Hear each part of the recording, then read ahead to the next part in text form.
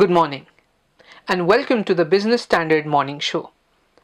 I'm Debarghya Sanyal. It's the 24th of July 2023 and here are the questions we'll be answering today.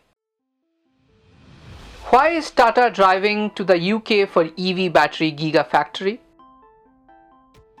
Can unified drug regulation portal heal Indian pharma? What should you expect from the US Fed's July meet?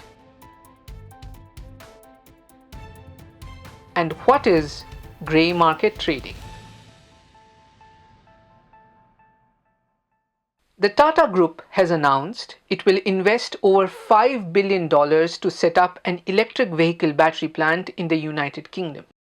British Prime Minister Rishi Sunak even went on to laud the venture as one of the largest investments ever in his country's automotive sector.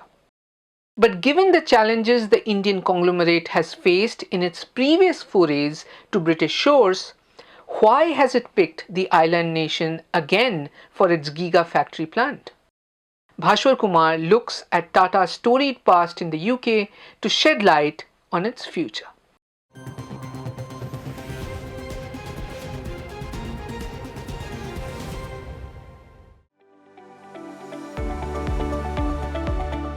On July 19th, Tata Sons announced a plan to invest about $5.2 billion in a gigafactory in the UK.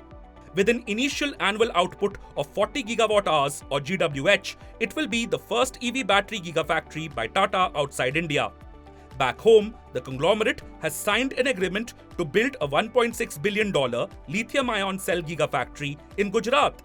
With Jaguar Land Rover and Tata Motors as the anchor customers, supplies from the proposed UK factory are expected to start in 2026. The new plant is likely to come up in Somerset, in southwest England, while JLR's plants are near Birmingham in central England.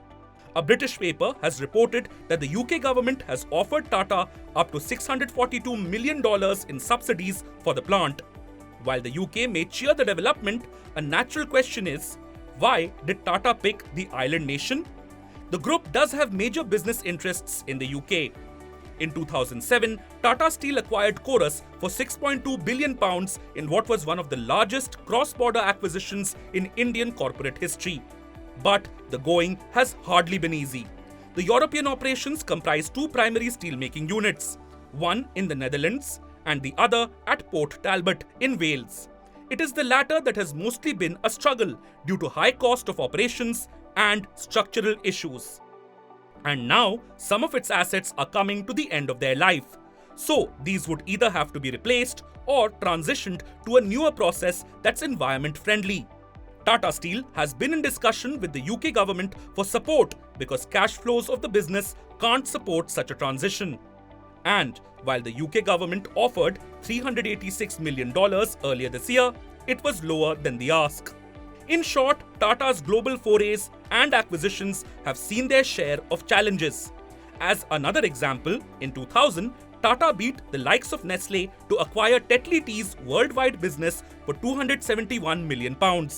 While this made Tata Tea the second biggest tea company in the world, the realization of the synergies that existed was delayed, and Tata Tea couldn't take the fight to Coca-Cola and PepsiCo as it had intended.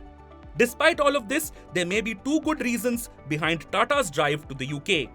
UK-based JLR, which has been a wholly owned subsidiary of Tata Motors since 2008, accounted for nearly 70% of Tata Motors' $14 billion revenue during Q4 FY23.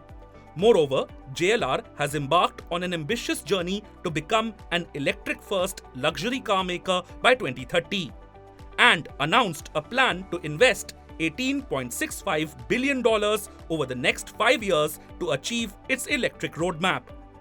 The second one was highlighted by Tata itself, which said that the UK Gigafactory would deliver electric mobility and renewable energy storage solutions to not only customers in the UK, but also to those in Europe. According to Eurobat, the EU will account for 26% of the global battery market by 2030, up from 17% in 2020. And according to the Financial Times, under the UK's post-Brexit agreement with the EU, to gain tariff-free access, A car sold from one side to the other must have 55% of its content coming from within the UK or EU.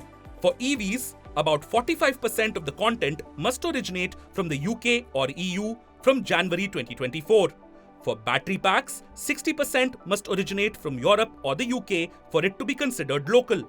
Against this backdrop, the UK would look attractive if Tata wants to cater to JLR and Europe at the same time. But what do experts think about Tata setting up a battery plant in the UK?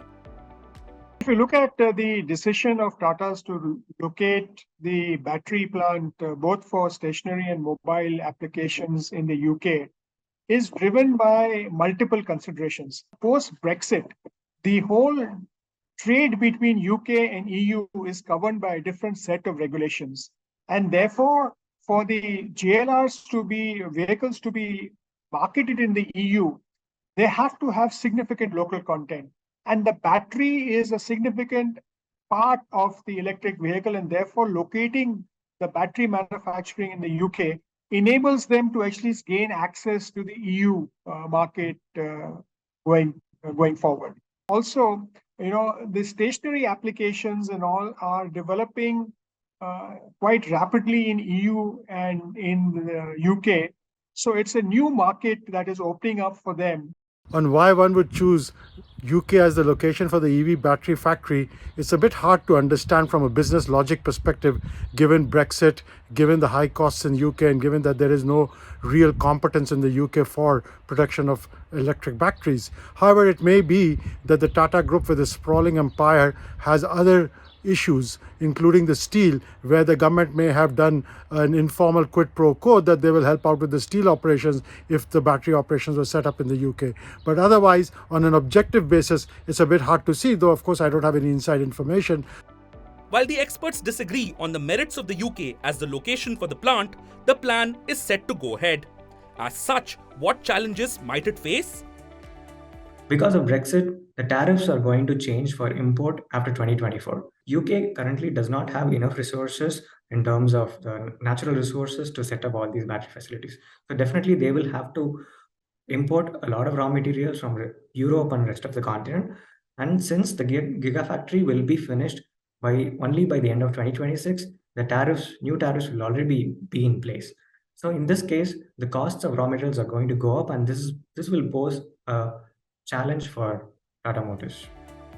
Tata seems to have the advantage of captive buyers in JLR and Tata Motors, but it will have to overcome challenges arising in the wake of Brexit. On a separate note, whether the mega investment in the battery plant fast-tracks the grant of support for Tata Steel's UK operations remains to be seen.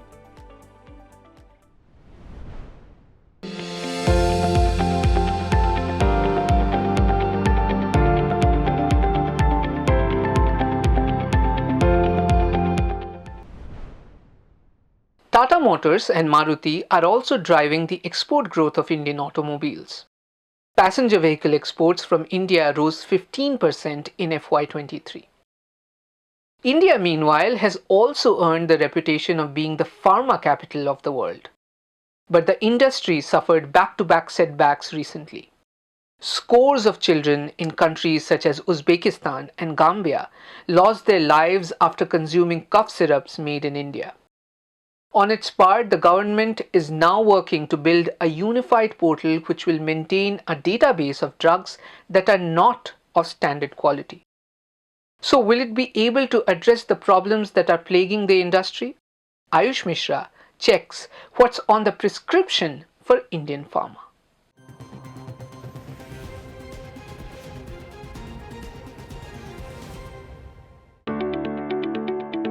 India exports almost half of the drugs it makes. Its pharma exports stood at $25.3 billion in FY23, and it is likely to touch the $28 billion mark during the ongoing financial year. It is despite the setbacks that the industry suffered recently.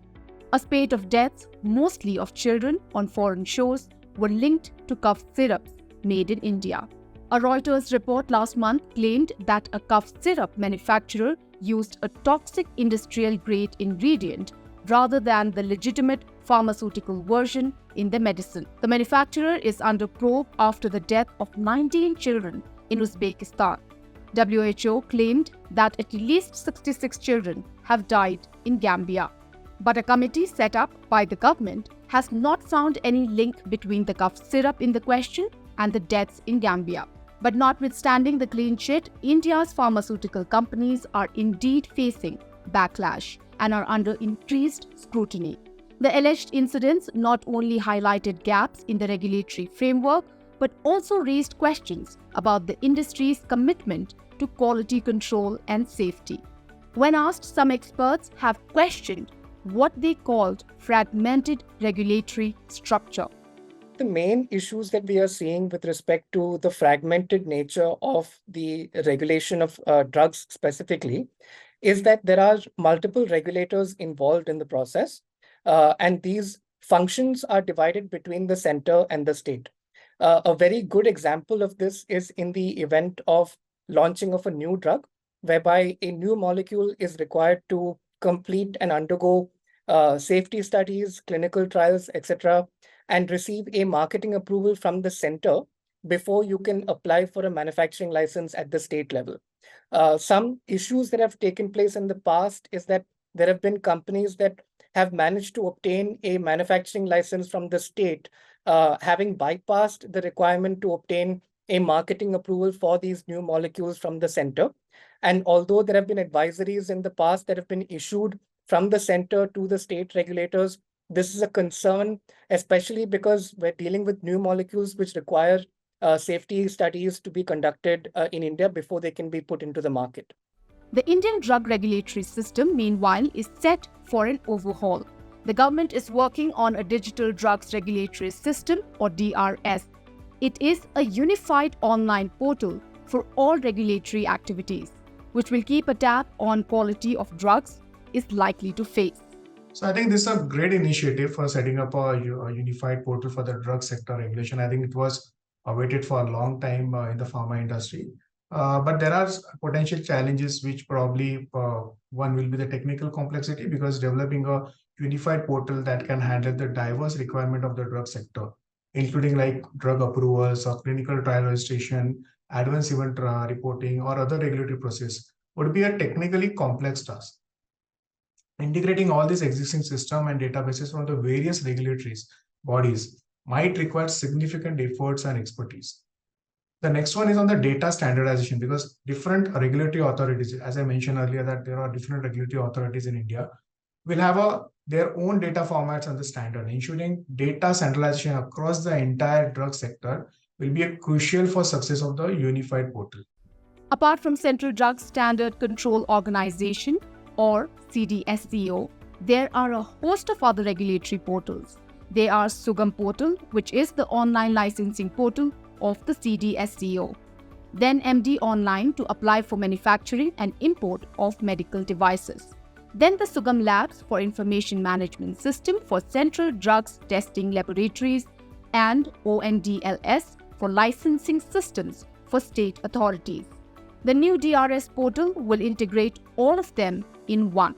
So while a unified portal is a good start in this direction, but it is in no way sufficient, because what a portal does is it provides interface between authorities and the industry participants.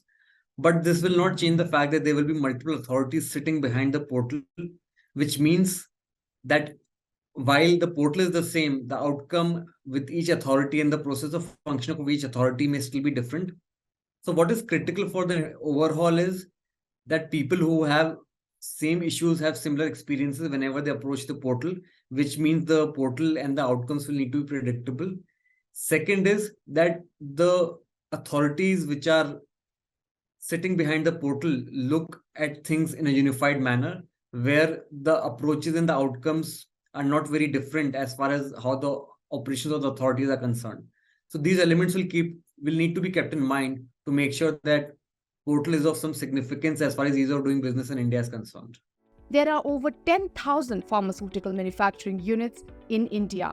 About 2,000 of them are certified by the WHO. The list of the companies that supplied substandard cough syrups has not been made public, but they are not part of the top 50 pharma firms that contribute over 70% of the industry. Experts therefore claim that the country's exports to the regulated markets like the US and Europe will not take a hit. The errant players mostly export to less regulated countries. But that does mean that drug companies are allowed to compromise on the quality.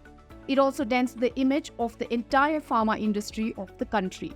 The DRS portal is indeed a step in the right direction, but it will have to address the issue of fragmented regulatory systems efficiently. Now, let us take a look at the markets. Analysts widely expect the US Federal Reserve to raise interest rates on Wednesday, July 26, after it kept it unchanged in the prior month. However, will this July meeting be Fed's last rate hike this year, or is there more on cards? How are markets expected to react post this decision? Lavisha Darad takes a deep dive.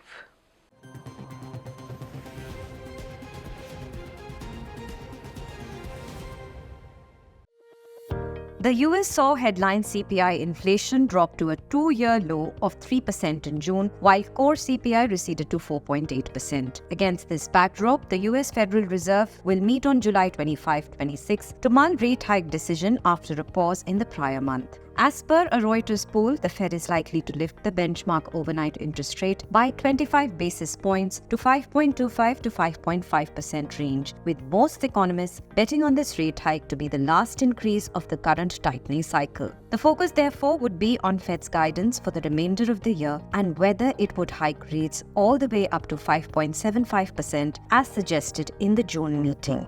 I would be very, very surprised if the Fed goes in for two rate hikes subsequently from here onwards. It will essentially mean that the real interest rates in US will go into a massively positive trajectory. We do expect the inflation footprint, CPI overall, to kind of climb down a little bit more in the US in the coming months and come back into the Fed zone, tolerance zone of about 2%, and thereby essentially meaning that the rate cut cycle from here onwards is not very far away.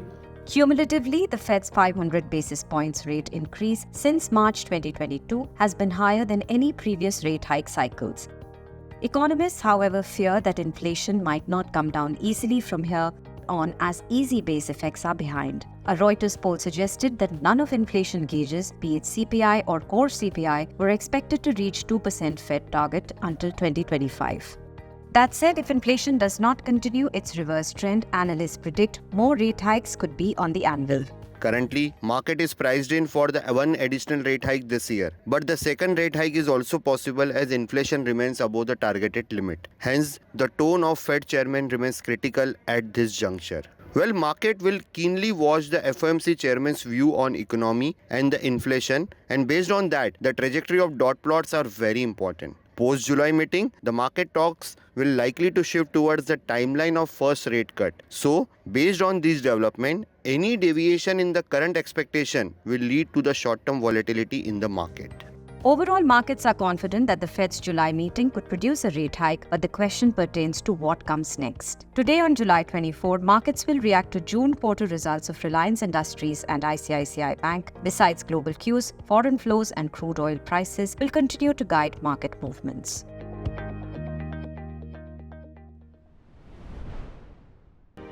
He's making plans for an early retirement. Business Standard.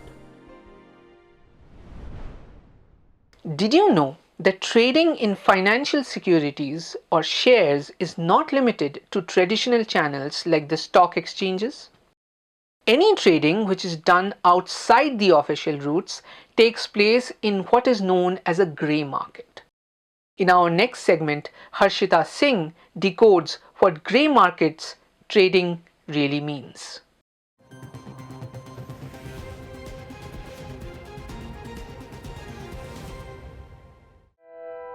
A grey or parallel market is an over-the-counter market where shares or securities are unofficially traded prior to their listing on the stock exchanges. The grey market, although legal, is unregulated as there is no presence of any regulatory body like the SEBI or a stock exchange. So the trading is carried out on a one-on-one basis, generally over phone calls and only through cash. The dealing of shares is thus solely based on the mutual trust of the participants. So how are shares traded in the grey market? Anyone looking to trade in the grey market has to get in touch with local unauthorized dealers. Investors who believe an IPO is undervalued look to make profits by buying the shares in the grey market at a lower price. These buyers place orders with a grey market dealer at a fixed premium. The dealer then reaches out to sellers that have already applied in the IPO and may be looking for an exit to avoid listing-related risk. A seller that likes the premium being offered sells the IPO shares and books profit before the official listing. Though if the seller does not get any shares allotted in the IPO, the deal stands cancelled.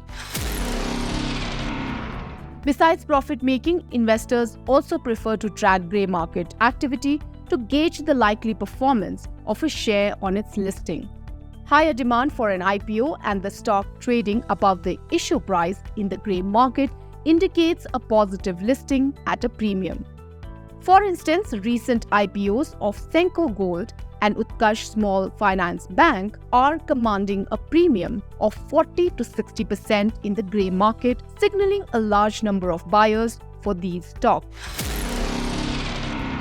Although enticing grey market trading entails high risk for traders as investor interest is completely unprotected given the unregulated nature of the market. The trading also tends to be extremely volatile with less liquidity and risk of sharp fluctuation in prices. This was evident recently after Reliance Industries' unlisted arm Reliance Retail announced it will reduce its equity capital by buying out non-promoter minority shareholding of 0.09%. The payout to non-promoter shareholders has been offered at 1,362 rupees per share, which is at a sharp discount to the stock's grey market price of 2,500 rupees.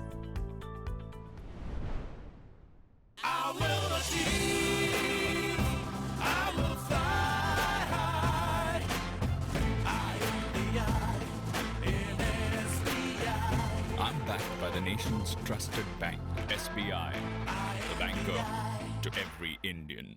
Due to the absence of a regulator and attached risks, most institutional investors such as pension funds do not enter into the grey market. Well, that's all for today. For more news and analysis, please log on to business-standard.com. Thank you for watching.